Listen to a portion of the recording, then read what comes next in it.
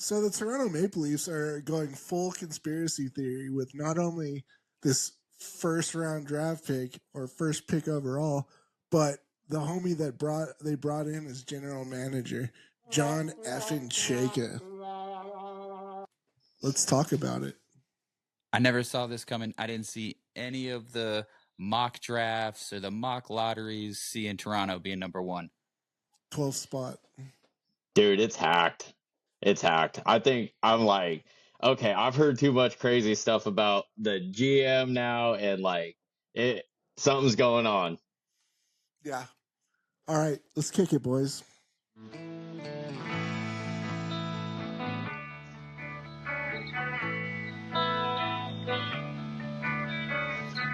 I'm sitting in the penalty box of love. I'm looking at the scoreboard above me. She's sitting in the stands. I see her, she sees me. We're watching the game. She's the referee's daughter, and I oughta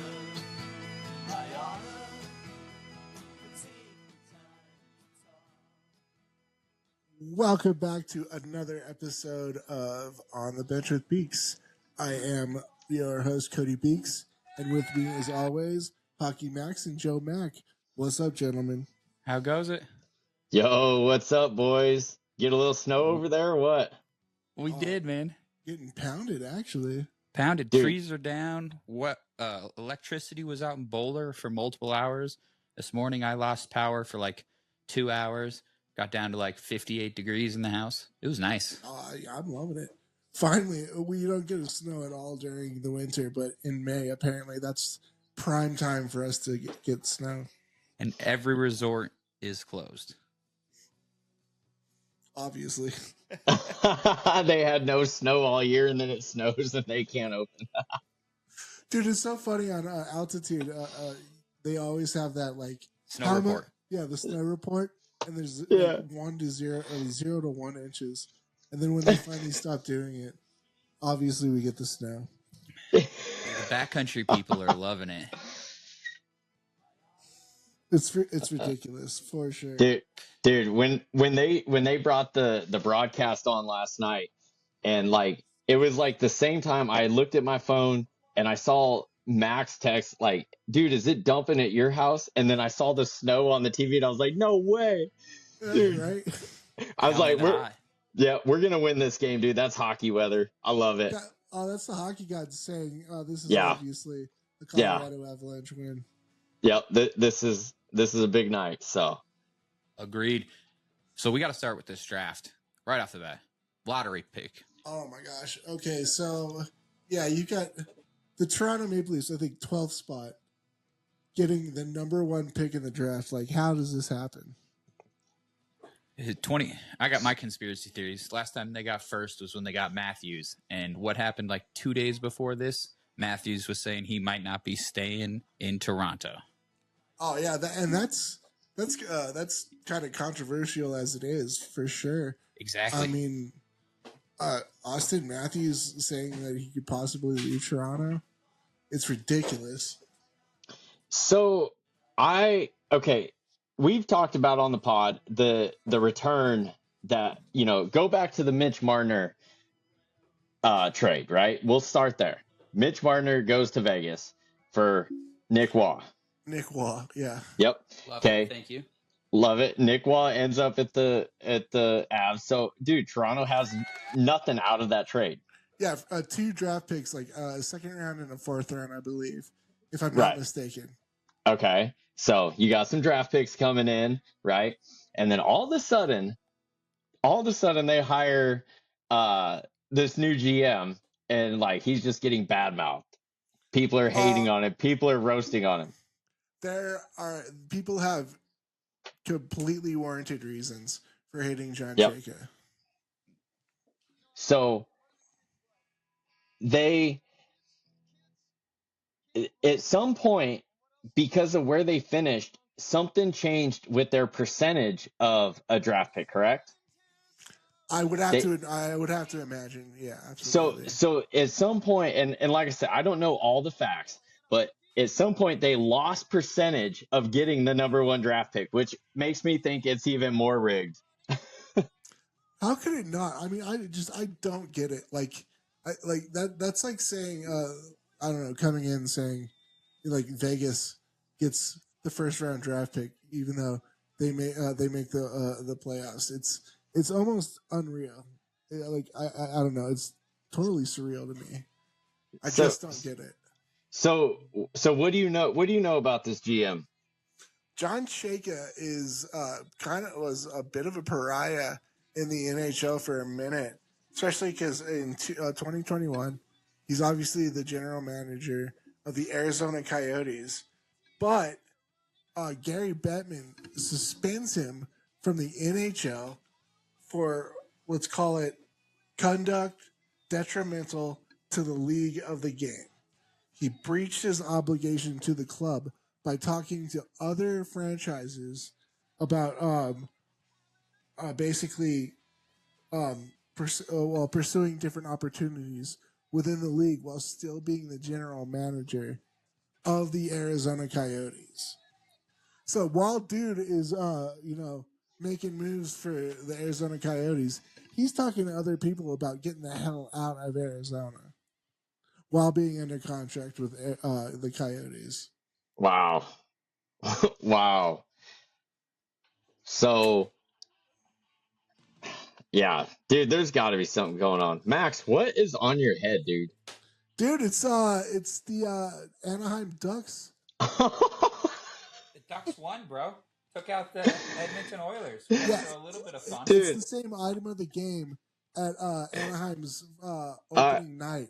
They had All right. one of those on every seat, Wow. in the arena for opening Wow. night.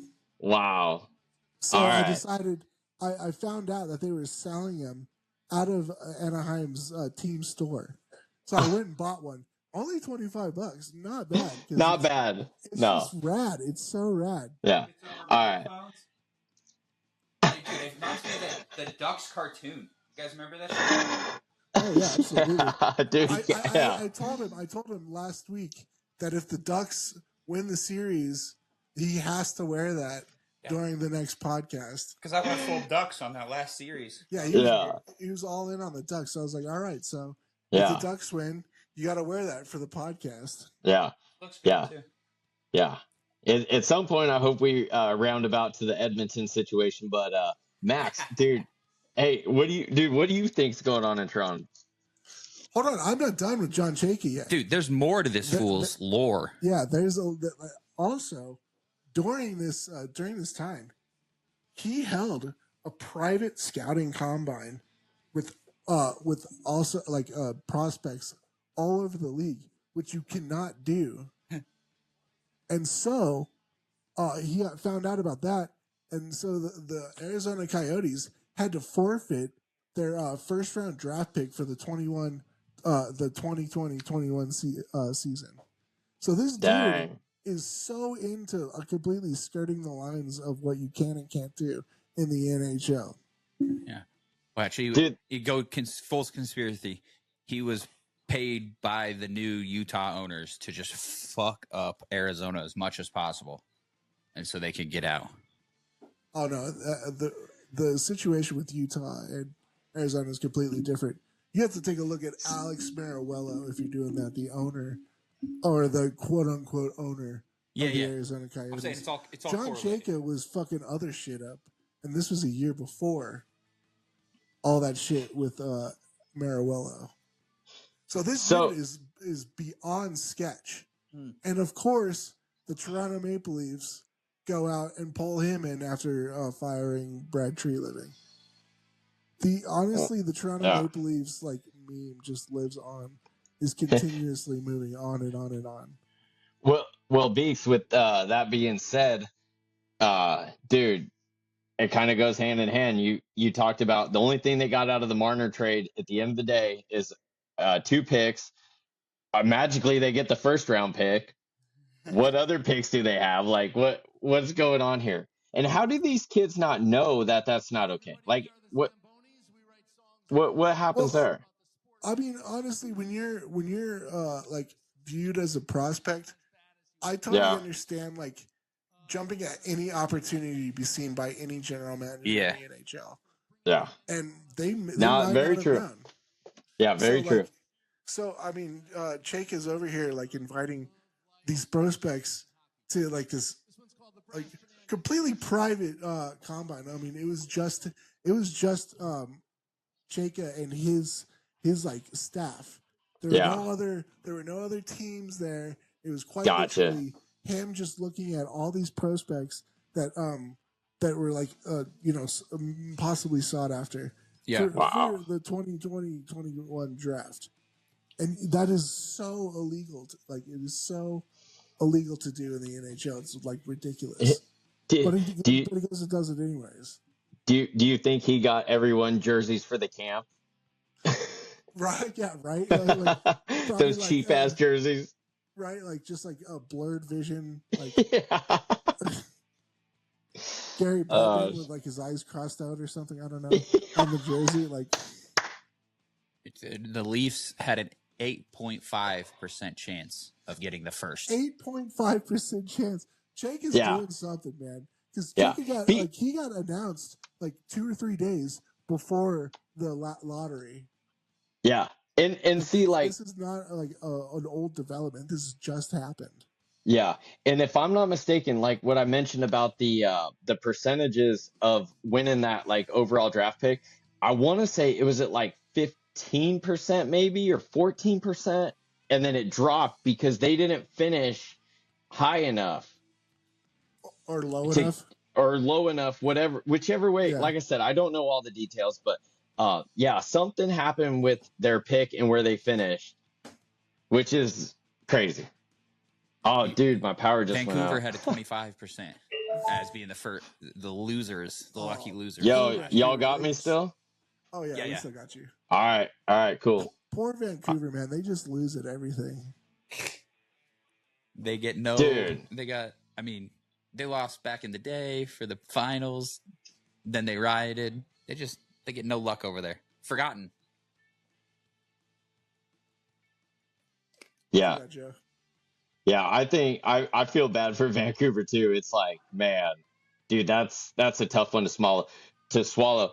I did see a really what I did see a really creative yeah, sorry dude, the power just went out. Like I don't know if it's connecting or not.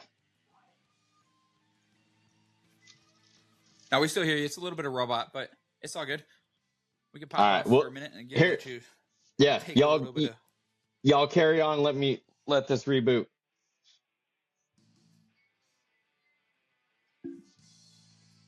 So also, I mean, yeah, when you look at the timeline of everything, Matthews says he might not be coming back. They hired John Chayka, but they also hired Matt Sundin, which is really cool. Be very cool. And Matt's was actually the one at the draft lottery, and when they scored the number 1 pick, Sundin was smiling ear to ear. I mean, they do one good thing by bringing Matt Sundin, a Toronto Maple Leaf legend, and then you kind of back out of it by hiring Chayka. I mean, dude's only 36, by the way. When he was the Arizona Coyotes GM, he was the youngest GM ever to be picked for in the NHL. Wait, he's 35 right now? He's 36 right now. So he's our age. Holy shit. Yeah, basically. And look at what we're doing. But he's over here like defrauding the NHL. Yeah, we live different lives. I'm happy with mine. But yeah, I mean, like, holy crap, dude. Vancouver got so boned. So boned. And then San Jose popped up right ahead of them, too. Yeah, not to mention they've only got, like, some of the most exciting and young players in the NHL. I mean, you got Will Smith, William Eklund, Macklin Celebrini, and then you get the second pick. They're going to be ridiculous in a couple of years. Other than McKenna, who do you think is going to be the second, since McKenna's obviously going first? Oh, God, I have no idea. I don't even know any other names. I mean, they should probably San Jose should probably look at a D, but I've always been of the mind to not draft at what position you need. Draft the best player available. Yeah.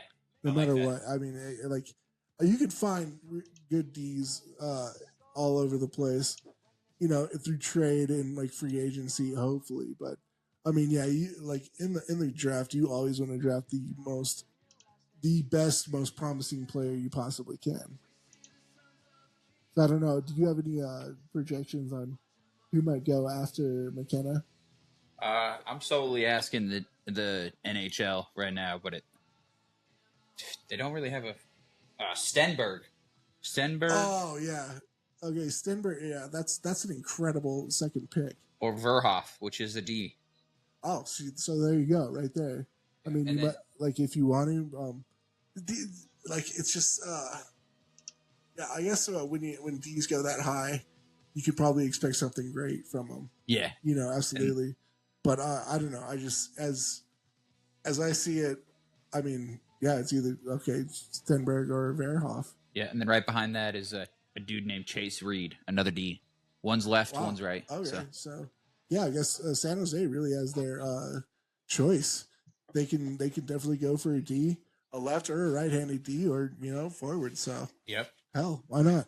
Well, we'll have a sweet episode all about the draft when it does come up. Oh, for sure. That'll allow us time to actually get pretty acquainted with all these draft picks. Right. Joe, you ready to go into the rounds or the series of the playoffs right now? NHL? Dude, I'm here. You guys got me? You got me? Yes, sir. Yes, sir.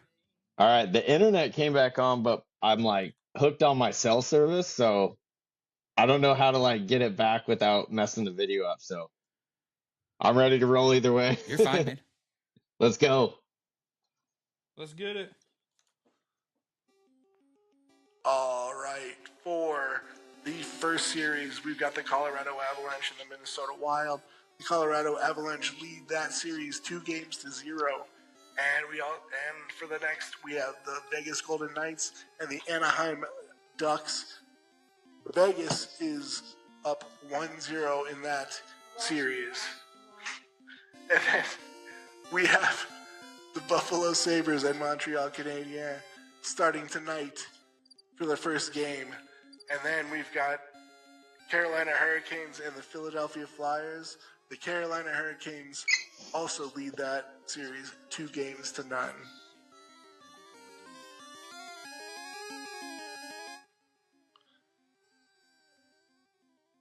So, what do you guys think here? Well, it's Carolina and Colorado again leading the way. Hopefully getting some brooms ready, but we'll see how the opposition starts. Just like Joe said last episode, Colorado and Carolina just mirror images of each other. Back to back, man. That was such a good insight to that.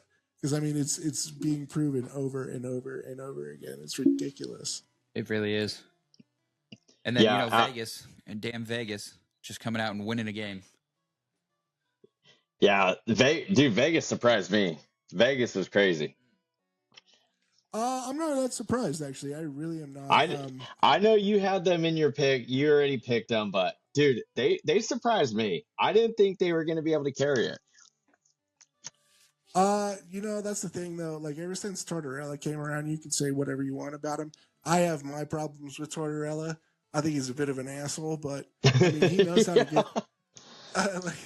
I mean, let's be honest, man. You look at any interview he's ever had when he's in his pissy little "we lost" mood. He's an asshole, but he's an asshole that can get a lot out of your a lot out of your players, and he knows what buttons to push. And ever since he came onto Vegas, they've been sharp. They really have been. So, they did struggle a little bit with Utah. But Anaheim's such a different team compared to Utah. Utah, I mean, yeah, you can they can skate, but they have that blue collar, just kind of shut down the game. We can play a boring game and just score a couple goals and be all right with it. and you saw that in that first series. But Anaheim's more of that like high flying. We want to get skilled and not play a ton of defense right now, and that's what's happening. And Vegas can counter that with their own skill and their own the like skill set that they have throughout. I mean, you've got Jack Eichel, who can play a great game of defense, but score goals too. Then you got Mark Stone, of course, and Brett Howden. Out of nowhere, Brett Howden's apparently fucking Wayne Gretzky now, because he's only just scoring like he's leading Vegas in goals scored. Like he's been doing it for the last 2 series. He's just tucking him. I don't get it, man. Like Brett Howden, out of everybody, this guy, he's more known for like his defensive prowess, but boy's putting the puck in the net. Like I just think Anaheim's game is not I don't know. I guess Vegas is just plays a better game than Anaheim does. Yeah, I'm gonna rebuttal just a little bit. Anaheim missed at least 3 open nets. Would have had the win. Their major open net miss was just like a Avalanche power play faux pas, just overpassing the puck. And then they got the no call, which caused Vegas to come right back to get that second goal to really take it over. And then they got the empty net right at the end, which made it 3-1. So it was closer than the score shows us at the end. Sure. But I think like those 1-2 misses would have put the Ducks ahead at that point. And I think it would have been a clear change in the trajectory. So I can see that. The coin flip, I think it was a game. I mean, and the fact they were played in Vegas, though. Like, Vegas is a hard place to play for any team, honestly. They're stupid little night show at the beginning. Dude, they're Vegas. They got to put on a show. Big ass. That damn siren, dude. But, I mean, I'm kind of with you though, Max, too. Like, I kind of have to go against like Vegas. I still don't like. I mean, I've been wrong on so many of these series already, but like, we fucked up last episode. Anaheim, like, I still think there's a lot of potential there, but I do want to bring up something about Tortorella that I thought was really interesting that you made me think of, Beeks, was when you're talking about him coming in to an established team and, they've already kind of got their ways and he's known for being this like, just asshole coach and this and that. Like, dude, is he coming into Vegas and he's probably just like, yo, y'all do what you got to do. I'm just going to stand back here and kind of make sure everybody's on the right line and stuff. Or, you think he's in there being an asshole to the team? Because it doesn't feel like with their vibe that he's being an asshole. Well, that's exactly what he said when he was interviewed when he came in. He's like, when I was in Philly, I was like, I had to be this like mentor, but with Vegas, like I'm more of like just a camp counselor, making sure everything is running smoothly. Yeah. Like I'm not going to get in the way of these guys. They know what they need to do, and I'm there for what they need. Like I'm not over here being a ringleader or somebody who needs to push them in the right direction. So I mean, I think with that whole idea, I think the Vegas players are ultimately already really comfortable with Tortorella coming in, and Tortorella doesn't have to be anything he doesn't want to be. Because last year he was even saying, when he got like the interview before he got fired, he's like, I didn't come here to teach kids how to play hockey. Yeah, I came here to coach. Yeah. So it's honestly McPhee kind of hit that out of the park. Like at the time, I was like, why in the hell would you ever go Tortorella? And then, you're looking at the spoils of war, so to speak, with him coming in. Like the build of the team works right with what you're saying. He's not a mentor. He's more of a coach. He never liked to play the rookies. He always liked to play the old dudes. So he's kind of getting everything he wanted. He had no fear of it being all against him for the last 8 games. It was like a roll the dice and see what happens, and it's all kind of coming up gold for them, unfortunately. Well, I mean, you bring up a really good point because last year him and Matvey Michkov butted heads like all season. Yeah. You know, and Matvey was in his rookie year, and obviously Tortorella didn't see anything in him that he really wanted to put out on the ice. No.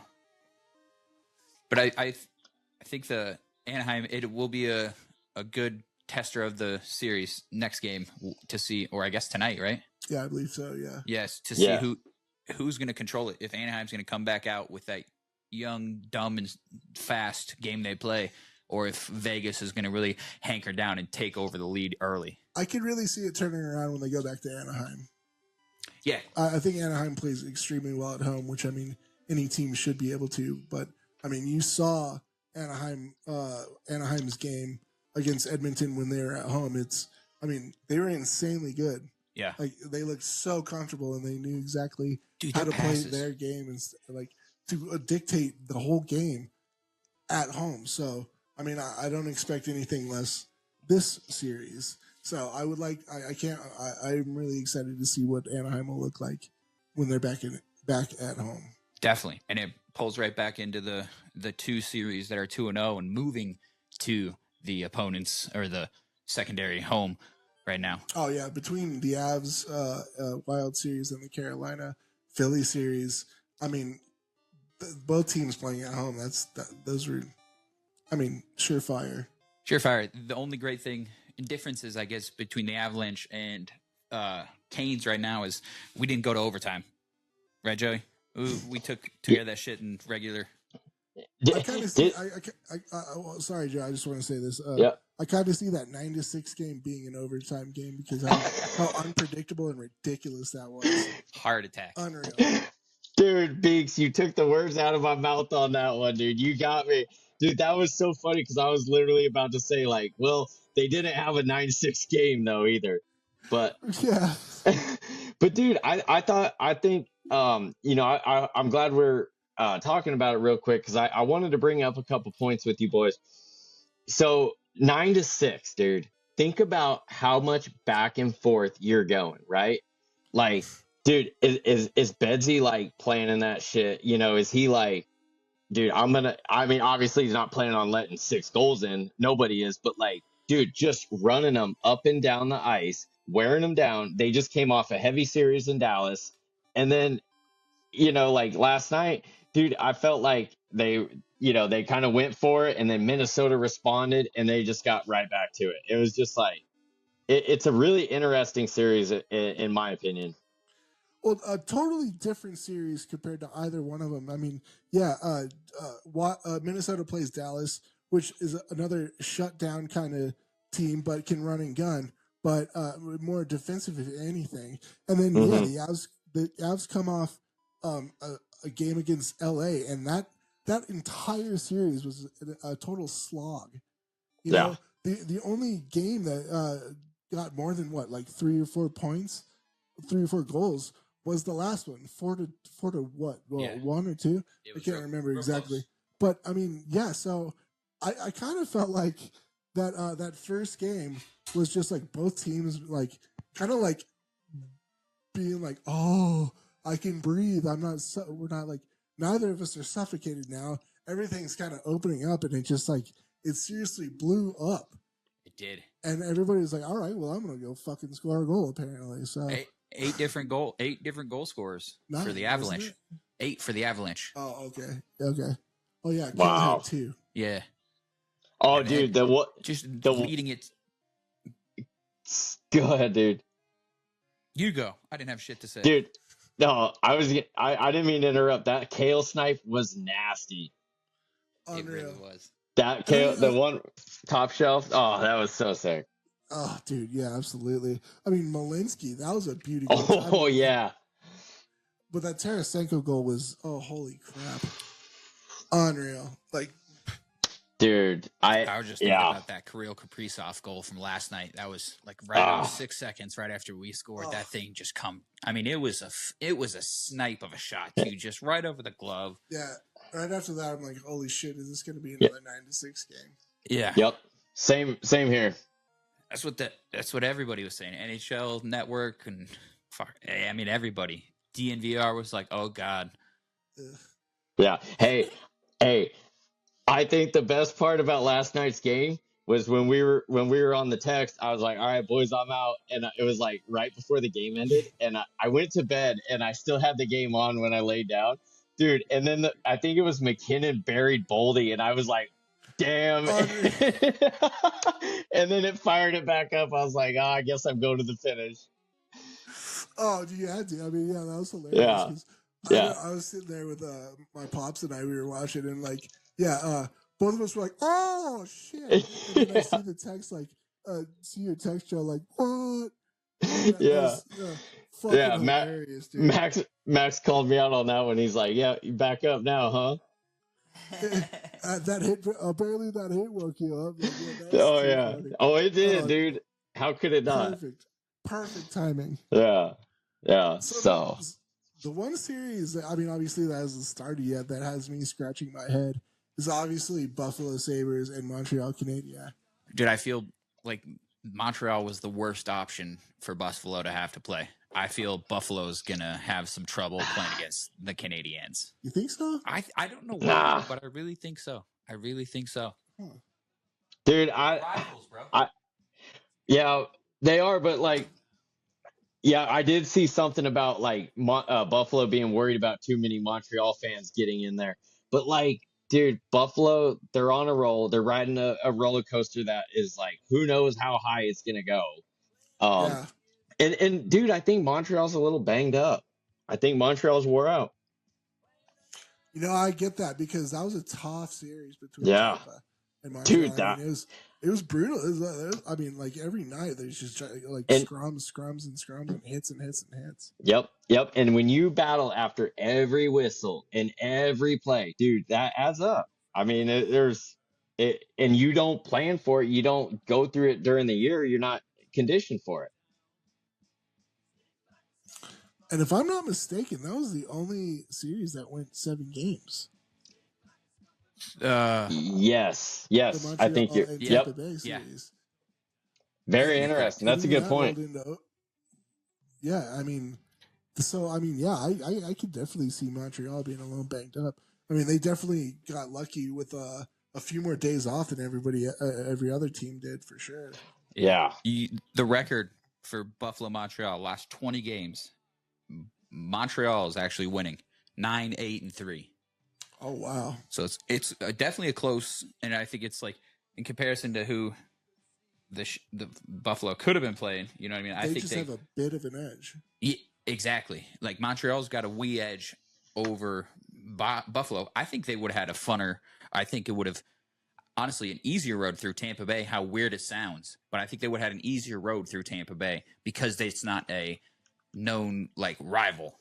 Yeah, and I think you got to put a little asterisk next to that, anyways, because out of those games, that was a different Buffalo Sabres team than what we're looking at right now. I'll give you this for this time right here, 2026 from November. So the last 3 games, Buffalo has lost only 1 against Montreal. So it's 2-1. Wow.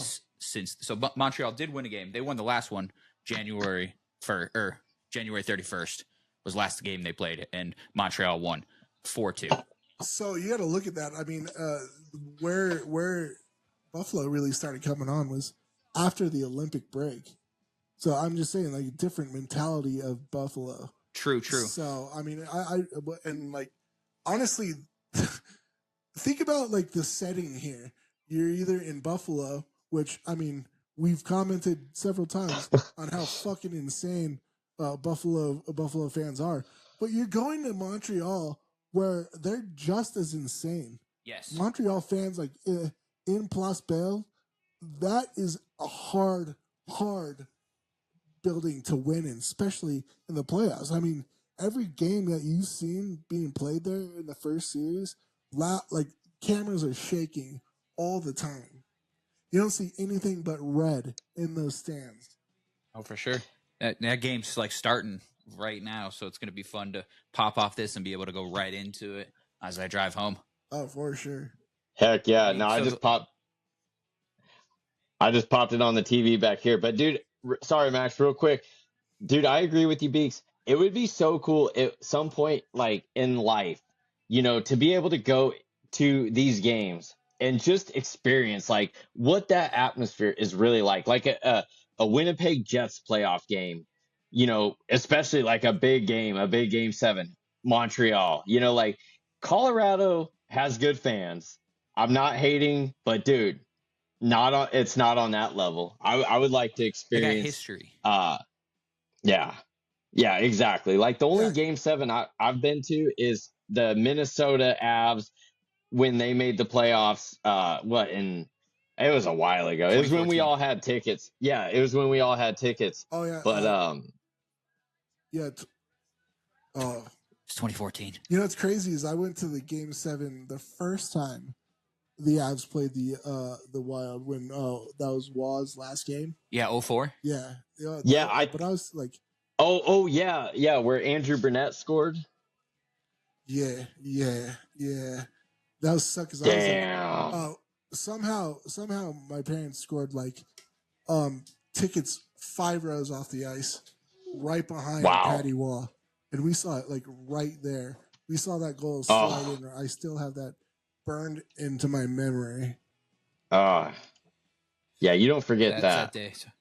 No, you don't. Just I remember just seeing that puck slide across the goal line and just feeling so shitty about it. Well, now we're getting some redemption. We got 2-0 lead on them going into mini. Hopefully, just gonna whoop some ass. Wedgwood's being a wedge wall. I mean, he's looking strong. Oh, his comeback from that first game was insane. Oh, yeah. I mean, he had multiple goal saving saves that like would have changed the full feeling of the game. See, honestly, I wasn't worried about Wedge. I mean, that first game was just a total anomaly.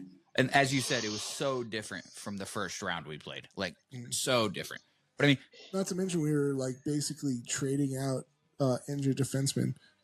Kel was played 1 minute in the first period, came back later. Then Malinsky gets a puck in the face. He's out. The third period is really the only time the Avs actually had its full decor for that game. And then Carroll scores too. But Carolina, let's talk about them just a little bit because I think, to be honest, Philly had some heat, and I think it was a pretty lucky that Carolina came out of overtime with that win. I mean, they definitely started to play a little bit better against Carolina. I mean, but I don't know. To me, I just don't see Philly doing much in this series. I'm with you, Beeks, dude. Philly honestly, they don't have a chance. I don't, you'd like to see, drama and all that, but dude, they don't really have a chance. Carolina, dude, is so good. Miles ahead of Philly. I think this is the series that could actually be possible for Carolina to sweep this series as well. Yeah. I'd hope not, but I see it as well. Yeah. I mean, dude, I think I could see Philly stealing one. Just kind of like, I don't want to predict the Avs thing, but I could see Mini like grabbing one in Mini. Like it wouldn't shock me at all. But like, dude, those teams are playing so good. And, Carolina, I think if they get through, this series with Philly, whether they sweep it or lose one game, dude, they got their work cut out for them in the third round. Finally, are they ready for it? But then again, it's like, dude, either if Montreal makes it, dude, they're going to be so wore down after battling Buffalo now. Are they going to have anything for Carolina? And then like Buffalo, who knows what's going to happen with them? They're riding that roller coaster still. You never know if they're going to go all the way to the top or it's going to drop. I don't want to take anything away from Carolina, but this might be the easiest path to the Stanley Cup Finals in a while. I was just about to say, in a roundabout way, that's what I'm saying. Road. Yeah, it's like a two-way road, dude. two teams have like such a, let's say it, smooth way to the playoffs, where these other teams are just going to, in battles of contrition, you know what I mean? Even though Anaheim might not be the biggest team, they're still going to make you skate your ass off, and you're going to be tired after playing multiple games against them. Oh yeah, Vegas. I mean, Vegas is going to be tired after they play Anaheim, as long as it goes more than 4 games.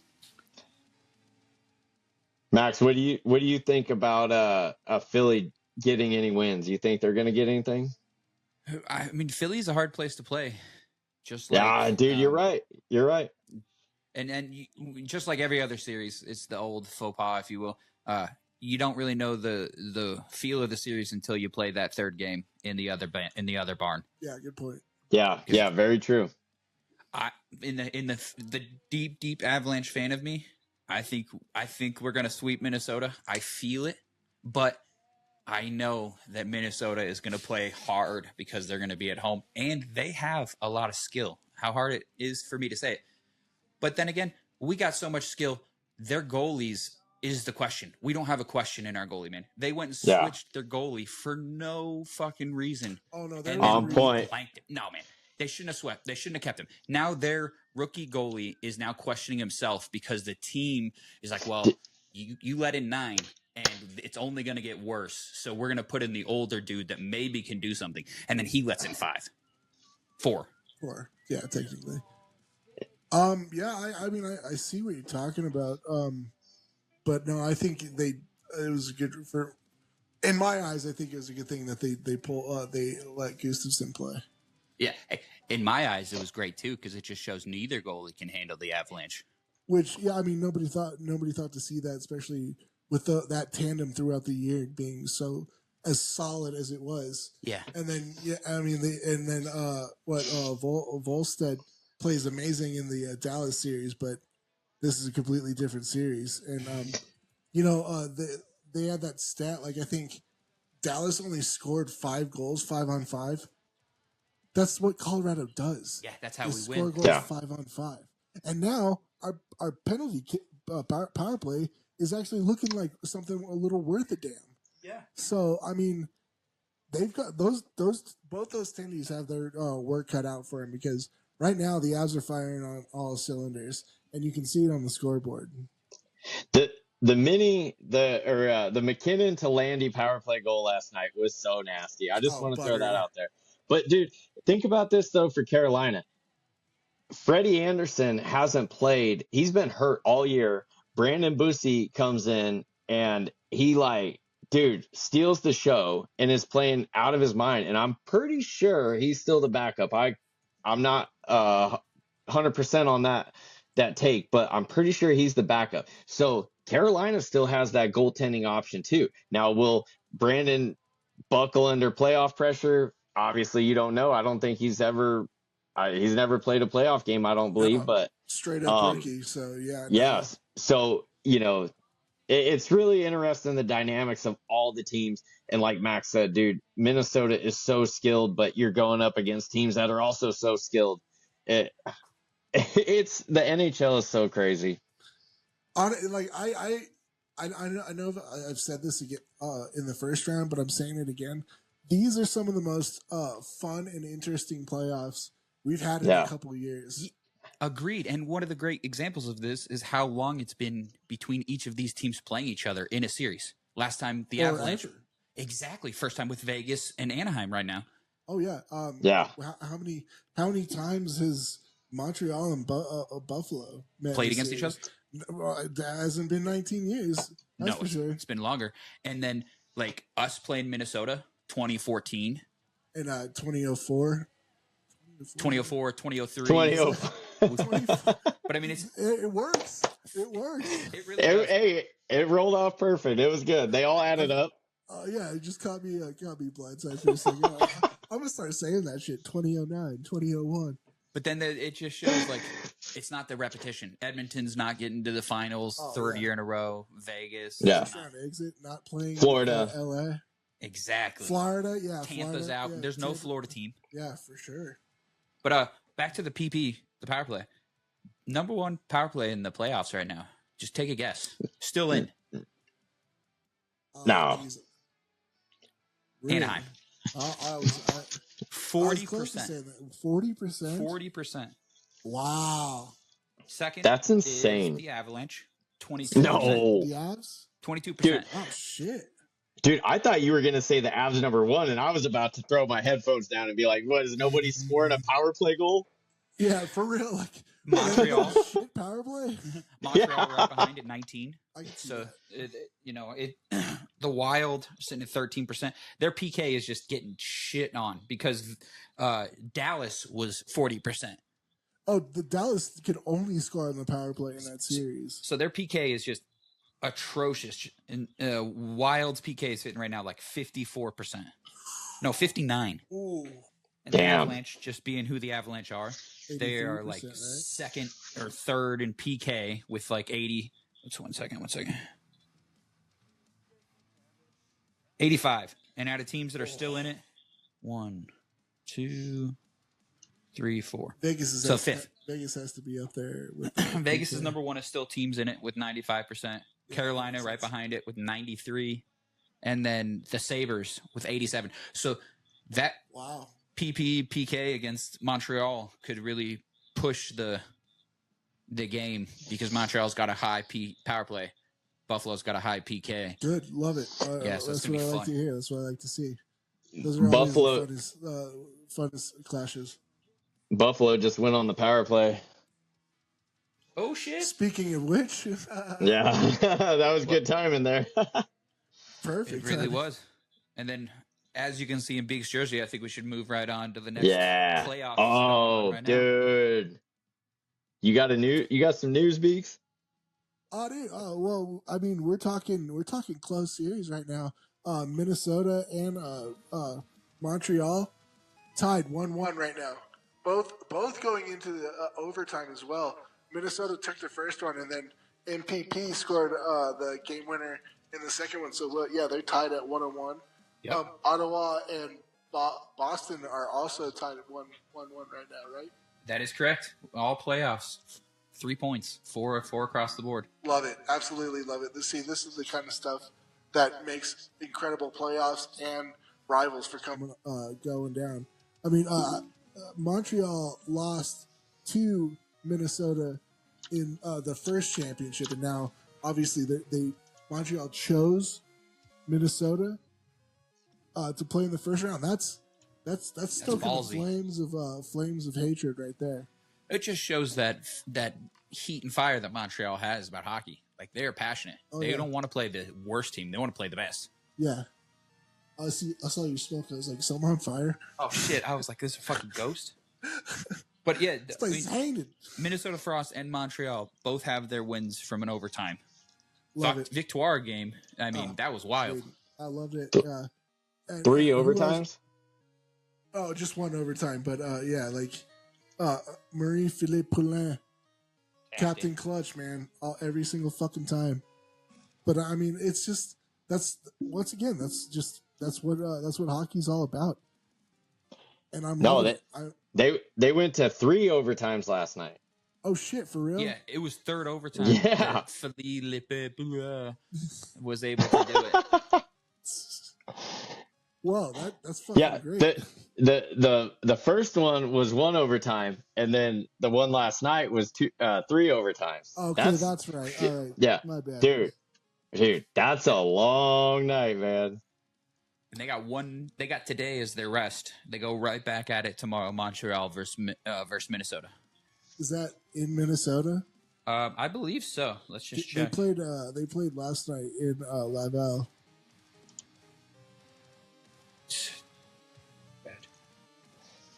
St. Paul, yeah. It's going to be in Mini. Thought so. So first 2 were in Montreal. In Laval. Second 2, Hey. Mini. Hey, where does Mini play? Are they playing where I the was just about Wild to tell you play? that. Oh, No, they're playing dude. at the Grand Casino Arena. Isn't that where U of N plays? Maybe. Let me check. I thought they shared with the Minnesota college. One of the Gotcha. college teams. Yeah. Hey, because not to change the subject real quick, but the Denver Nuggets played the Minnesota Timberwolves in the playoffs, and Denver got knocked out by Minnesota. So I was thinking too, they're not going to be changing the ice out no more at ball. I was like, all right, maybe that'll help, calm down some of these like crazy bounces. But then I realized I'm like, oh shit, dude, they're still playing basketball in Minnesota, so they got to deal with it up there. Well, Oh, so that's insane. let me retract myself. The Grand Casino Arena is formerly XL Energy. So yes, they play in the same building. Oh, is that why the Avs have 3 days? The Avs don't play till Saturday. Yes. Yeah. So that's why they have 3, because the Frost they're playing. No. Bad for the Frost, man. Yeah, for sure. Yeah. And not to mention the whatever Wolves are in the basketball. Timberwolves. There you go. See, I wouldn't know. But they've all got to be playing a game there too, right? Probably. Yeah, for sure. So I'm almost positive. There's no game. So there you go. Yeah, I mean you got 3 teams sharing that arena right now. It's gonna get a little weird. Let's hope that doesn't play into Minnesota's game. But they're just like us. They're fast. They're fast skaters. They're not really like the old Minnesota of fucking Cook days, taking out berries and such. Don't even remind me. Oh, that was so bad. It's in the head, always. Tyson Berry recently had an interview on like some radio show with Nathan McKinnon. Yeah. They were there to talk about Chili Ones, Barry's beer, and someone had asked Barry, "Is there any team you have something against?" And he's like, "Minnesota Wild, for sure." Because of fucking Matt Cook, and like yeah, he didn't have to think about it. So that hatred is still real deep, at least for Tyson Berry. But I mean, now they do have Ryan Hartman. Yeah, and Ryan Hartman's a total fucking sleaze. Let him be sleazy. We can play right past him. He went right after McKinnon after that Boldy hit. Yeah. And Nathan and Nate Dogg's just like looking at him like, "You really think I'm gonna fucking drop the gloves with you, you troglodyte?" Dude, it was just like when McKinnon wants to hit, he's just like he skates, just fucking power. He was throwing the body. I mean, that hit on Quinn Hughes, that hit on Boldy. Like the man knows when to step up and put the body on. And Jared Bednar said it the other night. Like there's just some things in the playoffs that you have to do. And Nate recognizes that, and he's going to do it. True. All right, back to the PWHL. Love the Avalanche. Gotta love it. Beeks is excited. Fucking taking down Mike. I'm tearing Mike's down and shit. He's not done with the Avalanche, but just for the schedule, neither am I, neither is Joey. Schedule for the PWHL is Montreal, Minnesota tomorrow. Friday, Boston, Ottawa together. Friday.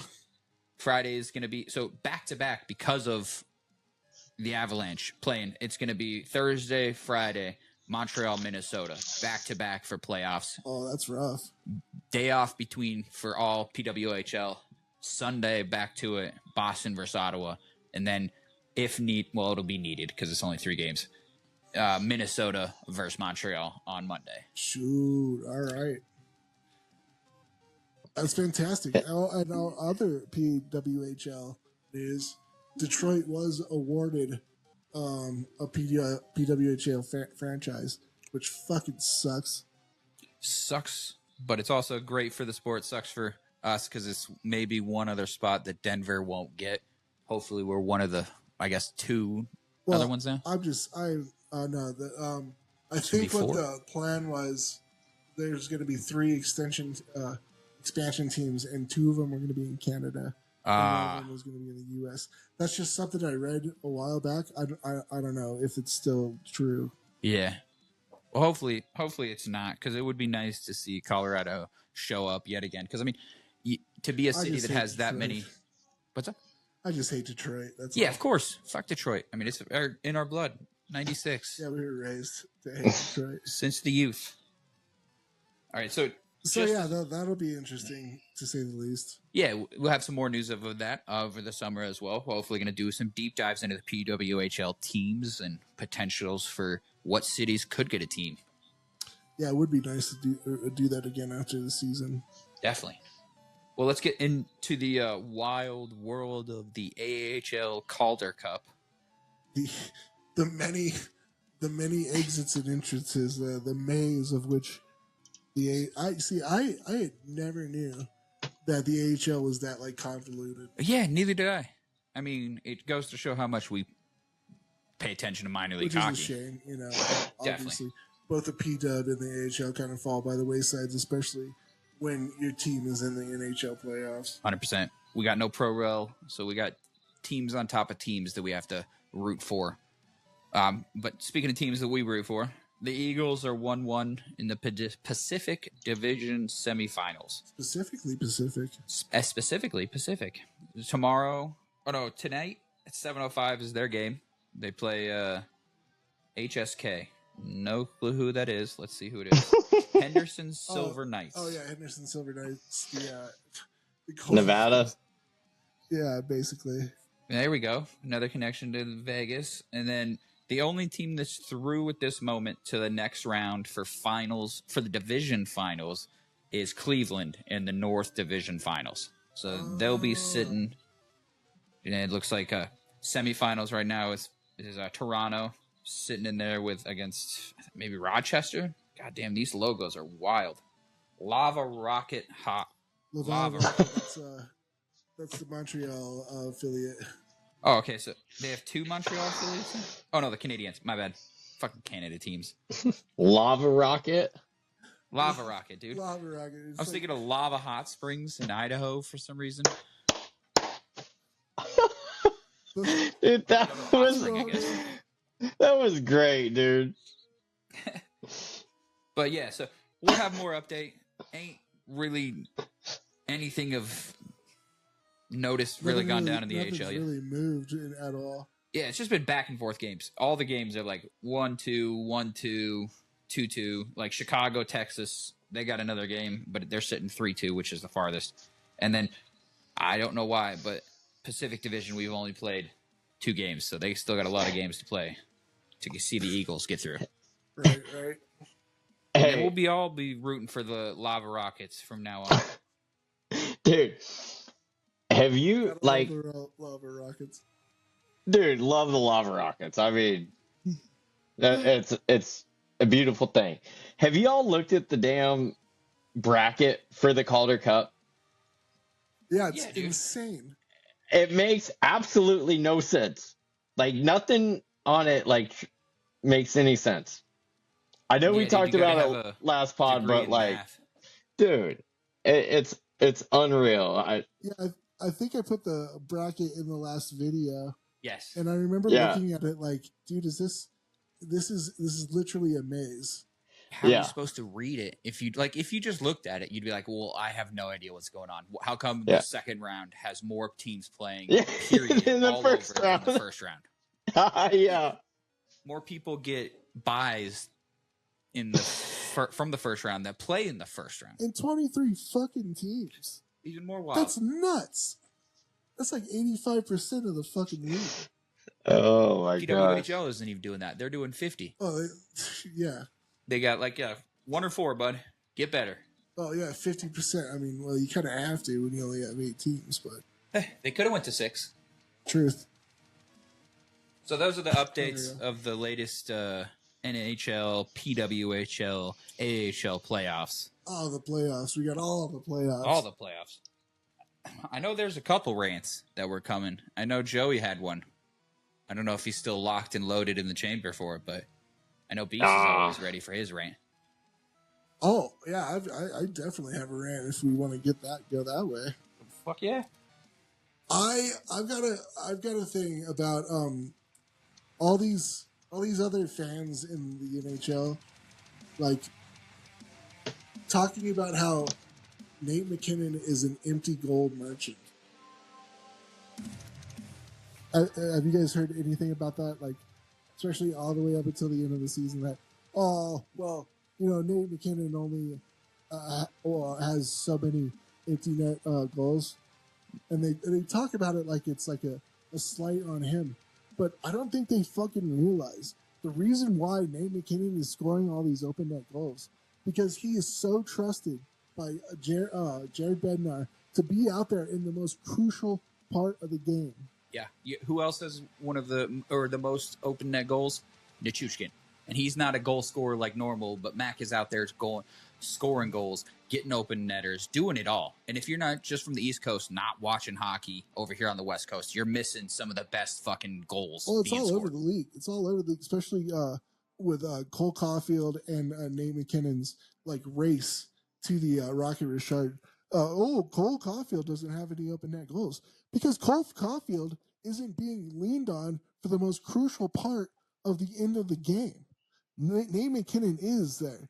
He's out there taking faceoffs on 6-on-5 and playing the most defensive part of the game, the most crucially defensive part of the game.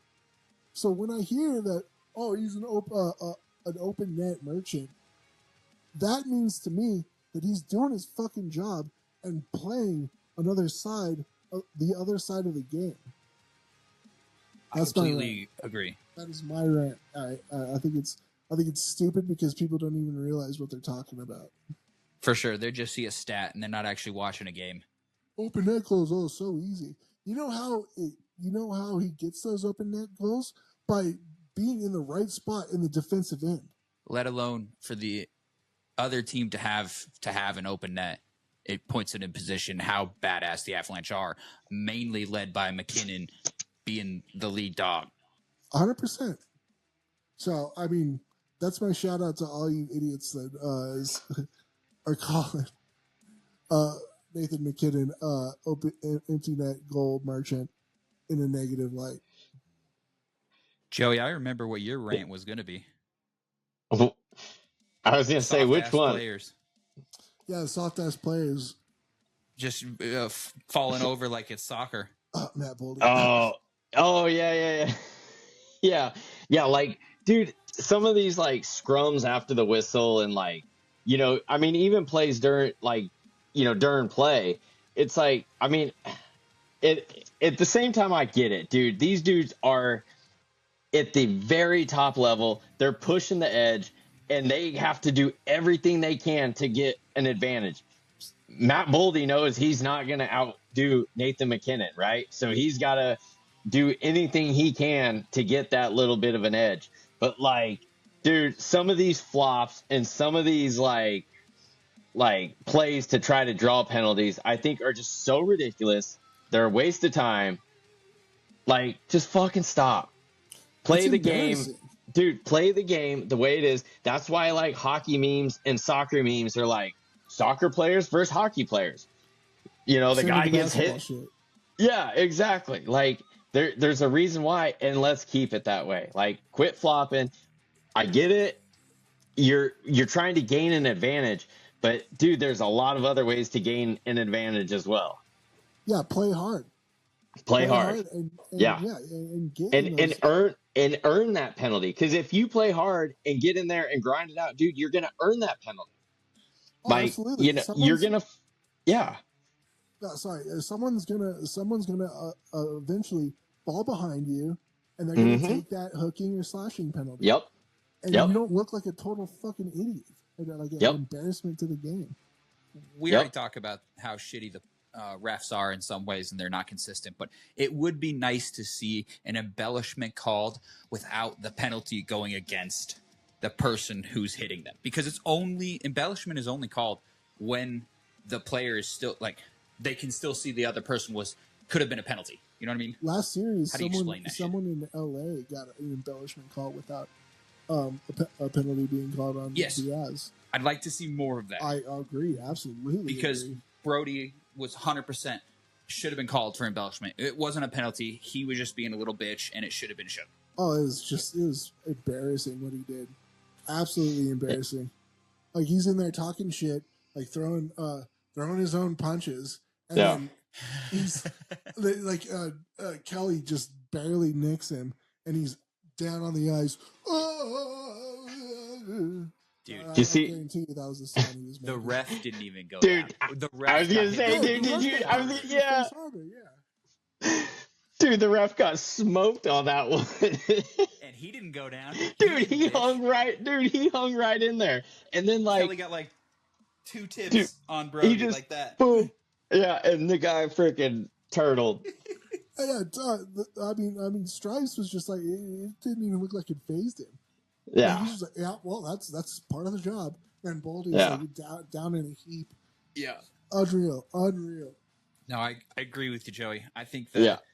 the embellishing needs to be handled in both ways. Yeah. Old school hockey style. Take out that fool again, legally in all regards, but also show Absolutely. that you can't just be flopping yourself around and not get put into a position with players on the ice. But then also the NHL needs to do something about it because it's widespread. Well, the thing is, what I liked that the NHL finally did was you're going to get fined for embellishment calls, but there's not enough embellishment calls for that to really make a difference when you could be calling a lot more. Exactly. Just like they love to throw they like to throw shit at Kadri for just being Kadri, and he's not been a repeat offender in the rules, but he still gets looked at in a different light. Embellished players aren't getting called enough to be called repeat offenders in the game. So that's what needs to happen. Which is ridiculous. Absolutely ridiculous. For sure. Dude, Kadri's so sick. Yeah, that goal they had in that first game was nuts. Yeah. Yeah. Just all around. I mean, personally, I knew shit about Roy, whatever you want to say. I didn't know anything about him. I was like, well, we got another fourth liner, and then Beeks was like, nah, man, this dude's different. And then he's our leading scorer in the playoffs. So underrated. It's sick. Such an underrated trade too. Another great trade. Another great pickup. Savvy. I mean, C-Mac is savvy, dude. Hey, boys. Speaking of scoring updates, I got one for you. Buffalo up 1-0. I think they cashed in on the power play. I'm not sure, but I think they cashed in on the power play, and they're on another power play right now. What? 7 minutes to go in the first. Buffalo 1-0 on the power play. Oh, back to back! Holy crap, man! Yeah. That's going to be an interesting series, no doubt about it. I'm excited to watch a little bit of that. Of course. Yeah, for sure. Yeah, I'm definitely going to keep this one on, and we'll have it on for the rest of the evening. Oh yeah, you got like Cole Caulfield versus Tage Thompson. Dude. One smaller, more agile Tage is just like Tage is a freaking just a tank. Dude, scoring update. 2-0 Buffalo. Oh my gosh. Dude. Man, holy crap. On cue. For sure. Holy crap. Speak of the devil, and he shall appear. Dang. I was going to say, Max, you got to bust the goal horn. Yeah, oh yeah. Dude, specific, but here we go. That place is going nuts. Because it's in Buffalo, right? Yeah. Yeah, I thought so. Wow. McLeod, Ryan McLeod, I believe, 71. Yeah, I do believe so. Yeah, 71 McLeod. I think his first name's Ryan. I could be wrong. Yeah, they're going nuts outside, dude. The fence hasn't fallen yet, but not yet. It's gonna happen. It'll happen. Taking out guardrails. Win against the Canadians. Shit. Wow. That's awesome. It's a shame it's not Toronto, though, because Buffalo and Toronto Yes. absolutely fucking hate each other. Just think how wrecked Toronto would have been if they would have lost to Buffalo in the playoffs. It's going to wreck Montreal because Buffalo came out of nowhere. I think it would hurt Toronto more, for sure. Yes. Oh, agreed. yeah. See, if Montreal lost to Boston, that'd be a different story. Yeah. Especially being weren't they up like 3-0 and Montreal came back and beat them, or wasn't it like something ridiculous where? Yes. Like was recently. The Boston comeback. Yeah. Oh, yeah. Game 7 all the way back, 4 wins. It was like the first Yeah. Oh, time. that was Boston versus Florida. Oh, was it? Yeah, that was when Boston had that insane record-breaking season. Yeah. And then Florida came back and won after coming 3 down. Or it's 3-1, something totally drastic, but yeah. Yeah, and then the Pens are fuck them all. Go Avs. Fuck them all. Go Avs. Well, geez, gentlemen, I think we've loaded up on this one. Yeah, that was good. Heck yeah. Yeah. What do you got? Anything else, Max? It's going to be fun hiking in the snow this weekend and listening to some Avs. Heyo. And then I'm excited. I'm going to watch some PWHL and shit. I wish I was skiing, to be real. Yeah, for sure. What about you, Joe? What do you got? Oh man, just try to survive, man. That's all, dude. These kids work me to death, but yeah, it's awesome. So probably just chill out, watch hockey. Big day Saturday, dude. Big day Saturday. Let's go, Avs. What about you, Beeks? Well, like I said, I always gotta thank the one and only greatest hockey band in the universe, the Zambonis. If you guys have that keen ear, they've been playing all throughout this episode, which is totally fun. And yeah, I mean, thank you guys for listening. We're getting some major play on YouTube, some followers. That's pretty sweet. Some shorts. Yeah, join in. Keep talking, keep chirping. I love the chirping. People trash talking each other in the comments. Join in on the community page. Ask questions if you want to. Feel free to just jump right in. Yeah, it's been fun. What do they always say? Like, comment, and subscribe. Hit that red button below. Oh yeah, hit the bell icon to get all for notifications. Yeah. There we go. Yeah. That whole rigmarole. We're learning. Let's go. So until then, keep that stick on the ice, and we'll talk to you here soon. Gusters plays.